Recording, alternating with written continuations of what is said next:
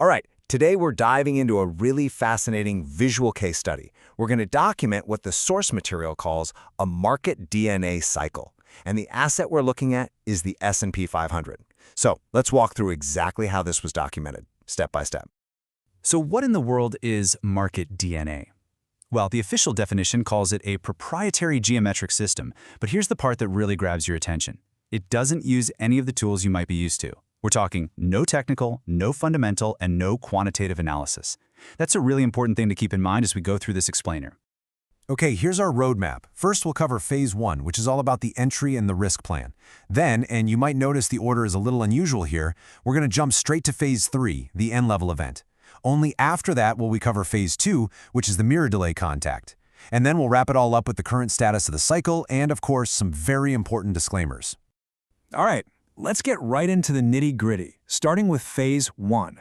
This is all about the initial setup, how the cycle was planned and how the risk was supposed to be managed right from the get-go. So the official start date for this cycle was February 17th, 2026. If you look at the chart, you can see the starting point is right at this spot called level M. The system flags this specific level as the primary entry point. Now, this slide breaks down the specific parameters of that initial plan. You've got the primary entry at 67.7829, but there's also a secondary entry planned a bit lower at 66.7277. And then you see these other very precise imports, right? Like a trapezoid time duration set for 30 days and something called a risk coefficient of 2.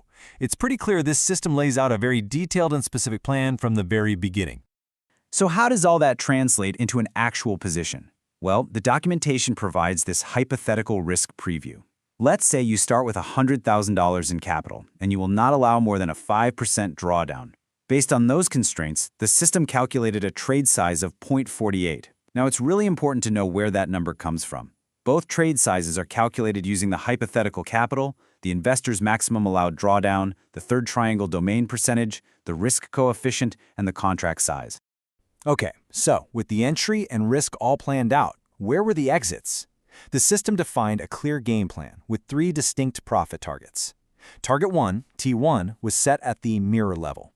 Target 2, which is labeled as a safe exit, was up at apex N.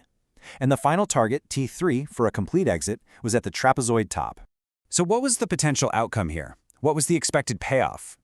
Well, according to one of the scenarios in the source document, the expected total profit was around $2,270. That works out to a 2.27% return over that 30-day cycle.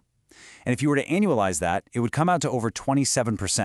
Okay, now we're moving on to the next event that was actually documented. And this is where the sequence gets a little counterintuitive. We are jumping straight from Phase 1 to Phase 3, the end-level event. And get this, it happened just one day later on February 18th. The price moved up and hit apex N. Now, if you remember from the plan, that was the second profit target, the safe exit. This event officially completed what the system calls Phase 3. This is a perfect example of how the system's phases aren't always chronological. The source material states it very clearly. In this cycle, Phase 3 occurred before Phase 2. This is a really critical detail to understand about how market DNA is documented. So, with Phase 1 and Phase 3 in the books, in that exact order, the cycle then moved on, and the next thing to be documented was Phase 2, and this one is called the mirror delay contact. A few days later, on February 24th, the chart shows the price reaching and just touching the mirror delay line, right at $6,900. This contact fulfilled the conditions for Phase 2, another one of the key events the system was tracking from the very start. So, after all those documented events, where does that leave this cycle right now? We've seen Phase 1 happen, followed by Phase 3, and then Phase 2. So the case study leaves us right here with this open question: is Phase 4 next? At this point, the documentation simply ends, just watching to see what happens. And finally, before we go, we have to cover some really important disclaimers from the source material. First, this is not financial advice.